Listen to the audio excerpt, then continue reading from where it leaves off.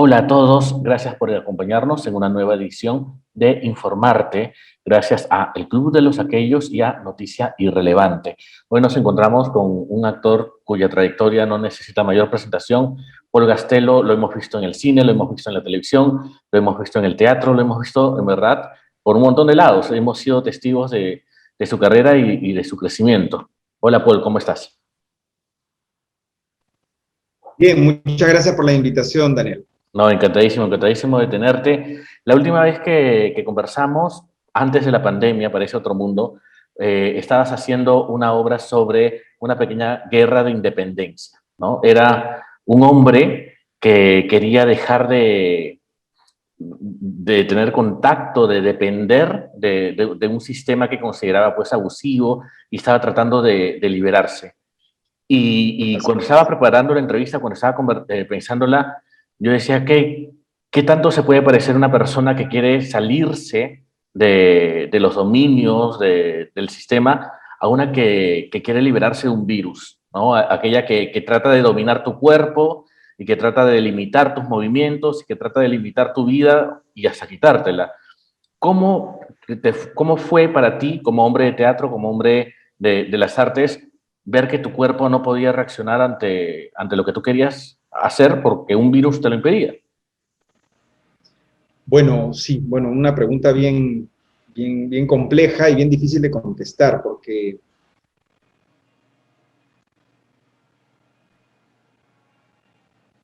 bueno, a mí que este virus llegó en un momento en el que todos estábamos muy estresados porque era algo desconocido, y además yo me infecté junto a dos hermanos, entonces éramos tres en la familia, así que era un Wow. tragedión, Ujú.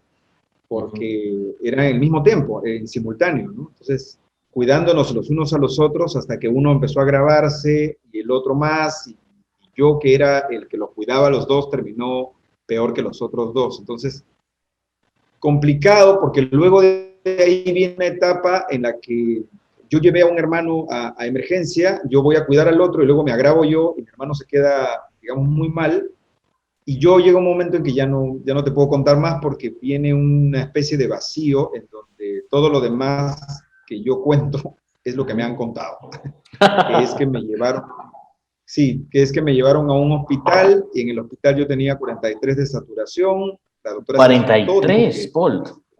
43, Qué o sea, barbaridad. estaba muerto, por eso no me acuerdo, ¿no? Ujú. Y además la doctora advirtió que yo tenía probablemente 2 horas de esperanza de vida si es que no me llevaban donde un respirador, que en ese momento en el hospital no se contaba o estaban ocupados, no sé muy bien, porque estábamos en un momento de pico alto. Ujú. Y entonces es así que viene alguien, que es Michelle Alexander, acude al llamado telefónico de mi hermana y manda una ambulancia UCI, hace las gestiones para que me recojan de ese hospital y me lleven a una clínica. Y por supuesto me entuban de frente. Entonces, cuando te tienen que entubar, te inducen a un coma. Y eso significa que sales de la órbita. Y hay 10 días de mi vida que estaban en otra órbita. Claro. Y yo lo que te puedo decir es que al regreso de esos 10 días, cuando vuelvo, todavía estaba en cuidados intensivos. Toda esa etapa es una pesadilla como del tren fantasma, porque prácticamente te han producido un derrame y había perdido facultades, ¿no? O sea, no podía hablar, no podía levantar un brazo, no podía escribir, no podía... Y estaba como en la nebulosa tratando de recordar que, como en esas películas donde de pronto te quitan la venda y te preguntan si sabes quién eres, ¿no? Ujú. Y rearmar un poco todo ha sido terrible porque luego sufrí de alucinaciones, supongo yo la cantidad de medicamentos y químicos que te ponen, eh, y el empezar a recordar también era doloroso porque era recordar que yo había dejado a un hermano en una emergencia, recordar que mi papá es un señor discapacitado, que no sabía cómo estaba. Entonces, 5 o 6 días en UCI adicionales han sido quizá lo que tengo más presente y más claro como retorno a esta segunda oportunidad de vida, ¿no? De Ujú. ahí ya, felizmente, yo cambio la actitud y, y bueno, y me pasan a piso y ahí es que yo acelero porque ya más consciente empecé a darme cuenta que me había salvado de algo que mucha gente no se salvó Sí. y ya había pasado la parte más difícil, entonces ya venía la parte en la que ya dependía de mí. Ujú. Y, y sé que muchos pacientes en esa etapa de la depresión no pueden avanzar y por lo tanto no les pueden dar de alta y por lo tanto pueden quedarse estancados o vienen las secuelas terribles. Pero yo me puse muy proactivo en esa etapa y por eso tengo un tiempo récord ya cuando estoy en la clínica, digamos fuera de UCI, creo que 6 días y me dan de alta, porque yo estaba haciendo el triple de lo que tenía que hacer para poder recuperarme, ¿no? Sí, o sea, en realidad es una historia que yo jamás pensé vivir, un poco retomando tu pregunta. Sí, jamás pensé ser protagonista de una historia tan De supervivencia, ¿no? extraña, donde parece que te están, ya llegó tu momento y también parece que o está escrito o empiezan un montón de ángeles o gente aparece para salvarme, ¿no? Porque creo que he tenido la suerte que mucha gente no ha tenido en esta pandemia, de ser auxiliado y de ser beneficiario de tanta solidaridad, porque yo estoy convencido que mucha gente no ha muerto de la pandemia o de la enfermedad, sino ha muerto porque no ha tenido la posibilidad de ser atendida a tiempo, porque su cuerpo no resistió ante un tratamiento muy invasivo, etcétera, etcétera. Entonces, sí, la palabra gracias en este momento ya no me alcanza para agradecer que se me haya dado a mí una nueva oportunidad. Incluso te diré, y cierro con esto, que lo más dramático que me ha pasado es que cuando yo ya me estaba recuperando y mucha gente que estuvo preocupada por mí y que me mandó mensajes de aliento, luego yo tuve que ser testigo de que se contagiaron, entraron a UCI y murieron. Y eso fue doloroso porque era como gente que me había dado ánimo a mí, gente que había estado conmigo y que incluso estuvo feliz de que a mí me dieran de alta, luego se contagió.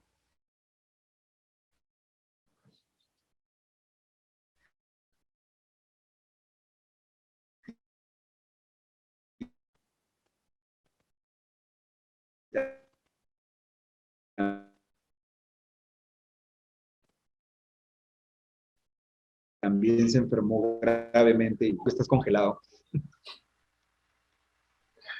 Hola, creo que me fui por un momento. Me quedé en la parte de que lamentablemente tuviste que ver a amigos, gente que se había preocupado por ti, también entrar en UCI. Sí, como te decía, claro, yo me siento un privilegiado, ¿no? Porque siento que mucha gente se ha ido no por la enfermedad, sino por no tener los medios, por no tener un amigo que lo ayudara, por no encontrar una cama UCI, por vivir en un lugar apartado, por no estar cerca de una asistencia. O sea, sí, esta pandemia ha desnudado un problema de sistema grave, ¿no? No estábamos preparados ni aquí ni en el mundo, creo, pero bueno, el tercer mundo tiene siempre cosas que agravan el asunto, ¿no? Por supuesto, por supuesto.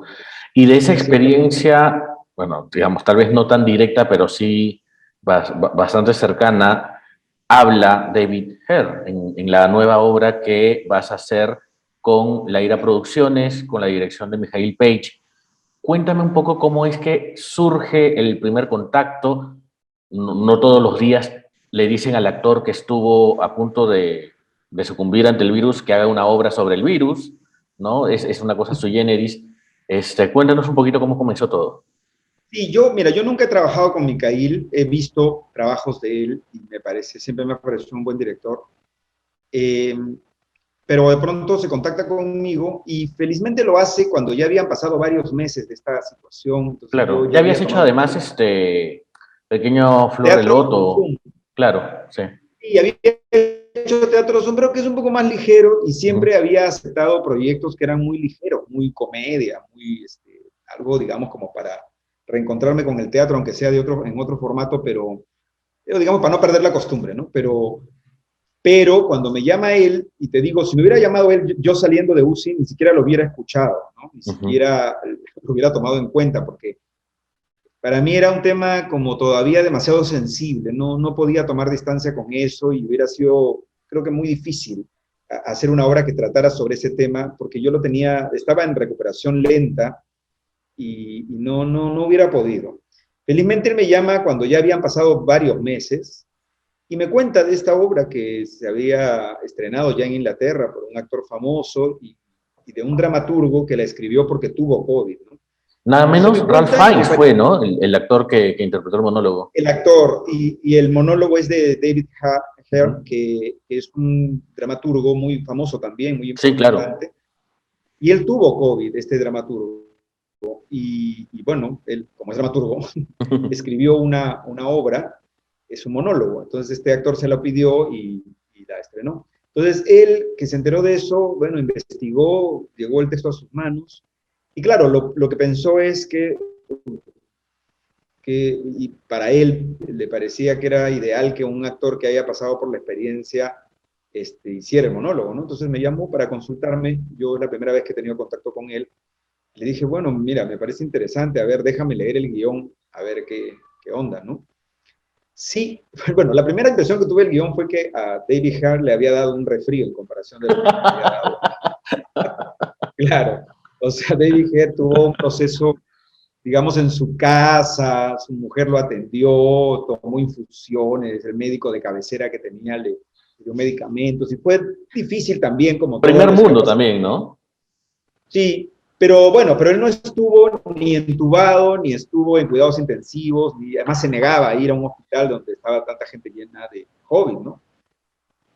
Pero bueno, tomando las diferencias, igual me gustó mucho el texto porque, bueno, con la habilidad que tiene un dramaturgo, él utiliza un poco toda su experiencia de haber vivido en carne propia esta enfermedad, pero al mismo tiempo habla de cómo el gobierno británico manejó tan mal esta Mm. situación, cómo los ministros, la gente que gestiona en el Estado era tan incapaz. Entonces, lo que me llamó la atención es que tratándose del primer mundo, parecía que hablaba de lo que yo había vivido en el Ah, Perú, qué interesante. porque, claro, entonces es una comprobación de que esto no hizo diferencias primero con nadie, y segundo, los dejó a todos así como ni siquiera los que leen las cartas han podido predecir esto. Ujú. Y, y la verdad que todos andaban tropezándose con el aire, tomando medidas absurdas y a la loca, sin tener la más mínima idea de a qué se estaban enfrentando ni cómo enfrentarse. Entonces, esta especie de mediocridad e incapacidad también nos habla de lo que pasa en los sistemas de gobierno del mundo, ¿no? Donde los que tienen que tomar las decisiones siguen pensando en su narcisismo egocéntrico político digamos, de querer quedar bien como políticos, pero jamás se ponen en los zapatos de las personas de a pie, jamás son incapaces de tener un mínimo de empatía con lo que le pasa al pueblo, ¿no? Y esto es una obra de Gran Bretaña, y entonces tú leías y decías, pero esta cosa es idéntica a lo que ha pasado acá. Entonces, él hace buen paralelo entre contar su enfermedad y hablar de cómo se manejó esto, y en realidad es un alegato político, ¿no? Muy interesante. Y de hecho, yo en inicio pensé de repente, Micael va a hacer una adaptación trasladando todo esto a nuestra realidad y va a ser un nuevo texto, pero no. Y yo estoy de acuerdo con él porque creo que el valor de la obra justamente está en que el propio público tiene que hacer Ese link. ese nexo, ese Ujú. vínculo, ¿no? O sea, es mejor contarlo desde el punto de vista de este dramaturgo, hablando de su propia realidad, porque además nos demuestra que esto ha sido global, mundial, y los errores han sido los mismos aquí, allá y acullá, ¿no? Ujú. Entonces, creo que eso fue lo. Entonces, bueno, le acepté el proyecto y bueno, estamos ensayando ya. Para mí es un reto en muchos sentidos, porque primero es un unipersonal. Yo, la última vez que hice un trabajo solo en el escenario fue hace 25 años, creo. Wow. Estaba bien joven y Más joven. más joven, y ahora tengo que aprender la letra, en eso estoy. Me pongo a veces un poco nervioso pensando en que se ha creado una expectativa importante.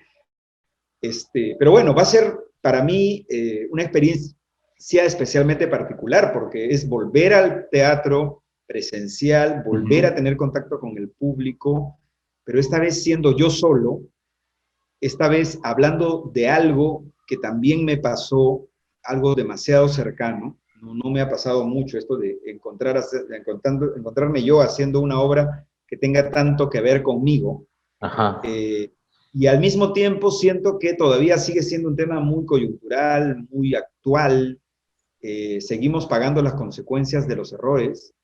Entonces es un texto que cada vez se vuelve más vigente. Ahora con todo lo que vivimos políticamente, incluso en el Perú, siento que cada texto está cobrando, cada ensayo, yo siento que es, Dios mío, parece que lo hubiéramos escrito nosotros aquí la semana pasada, ¿no? Pero bueno, ese es el valor del teatro. Además, es Así es. maravilloso cómo el teatro no solamente sirve para hacer un espectáculo, sino para sensibilizar, para crear conciencia, para hacer que la gente se lleve un problema a su casa y lo resuelva. Y bueno, por eso me parece bacán, ¿no? Excelente.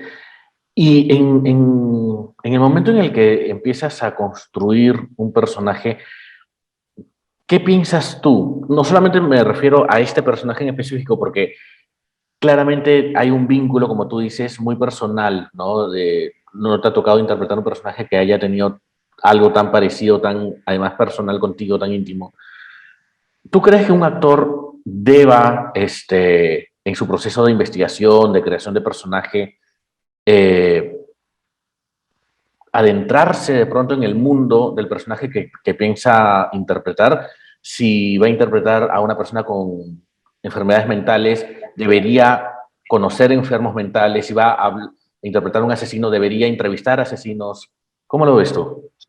Yo sí creo que es fundamental, pero ahora existen muchas formas de hacer ese acercamiento, ¿no? O sea, yo no Uh-huh. creo que se pueda interpretar, no sé, a un piraña sin preguntarte mínimamente si tienes una idea bastante clara de lo que es ser piraña, Uh-huh. ¿no? Porque tenemos, sobre todas las ideas, tenemos ideas genéricas, pero si hay algo que aprendí como actor desde el inicio, es que lo peor que puede hacer un actor es generalizar, lo que tiene que hacer es particularizar, y la particularización significa que cada personaje, así como cada persona, es un hecho único e irrepetible.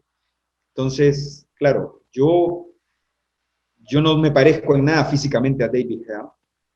Quizá nuestro único vínculo tiene que ver la enfermedad, pero sí necesito ver quién es David Hare, necesito ver a qué se dedica, necesito ver a qué tipo de películas hace, estoy en eso, necesito ver qué tipo de intelectual es, qué tipo de persona es, porque además este monólogo pues es un monólogo británico con humor británico, con humor inglés que no es mi humor, tiene él un modo de hablar que no es el mío, Uh-huh. ¿no? Yo soy latino peruano como el Luquito, y entonces, sí, me está costando. Uh-huh.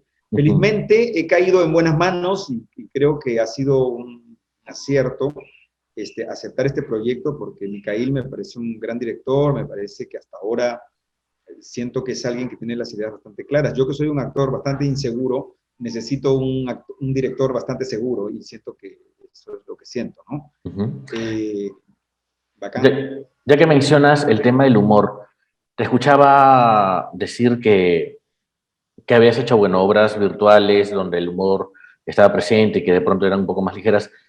¿Tú consideras que hablando de teatro, ¿no? Que las comedias son más ligeras que los dramas de pronto son más complejos y alzados si lo comparas con una comedia?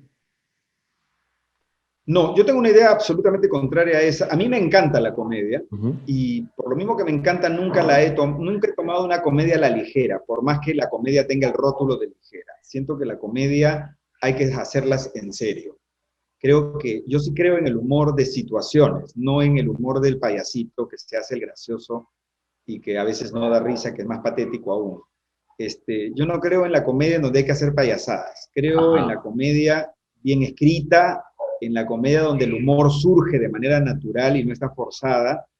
Me encantan por eso las comedias y creo que a veces existe el prejuicio de que la comedia es un género menor y yo creo que es mucho más difícil hacer comedia que hacer drama, Ujú. porque la comedia tiene cosas matemáticas. El humor es un tema matemático.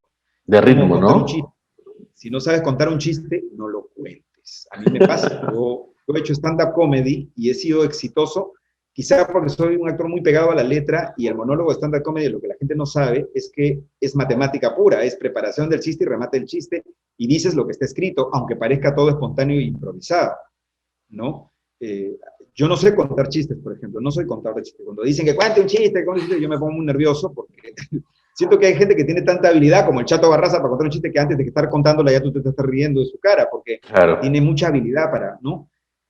Pero yo creo, por eso, que se ningunea a veces la comedia y yo siento que la comedia es uno de los géneros más difíciles de hacer. En todo caso, yo te diría que como actor, gracias a Dios, he tenido la suerte de hacer comedia y hacer drama. Y, por ejemplo, esta obra tiene un humor inglés, o sea, hay humor también, me gusta, pero no es un humor, pues, al que estamos muy acostumbrados, es un humor que se basa más en cómo digo las cosas. El humor es cultural, pues, ¿no? Es un humor muy inglés, o sea, él ha hecho un juego de palabras y tiene un remate, ¿no? Que, por ejemplo, yo en algún momento de la obra, pues, hablo de que estoy escribiendo una serie que habla de un político conservador que es progresista, inteligente, carismático y popular. No se basa en nadie de la vida real. Es un texto final. Claro. Claro, ese es el remate. Ese es el humor inglés, ¿no es cierto? Que yo siento que no estamos tan acostumbrados, ¿no? En nuestro humor estamos acostumbrados a que el humor sea muy explícito, a que todo termine en un apanado y te ríes, o en el escarnio, o en la Con el burla. absurdo, ¿no?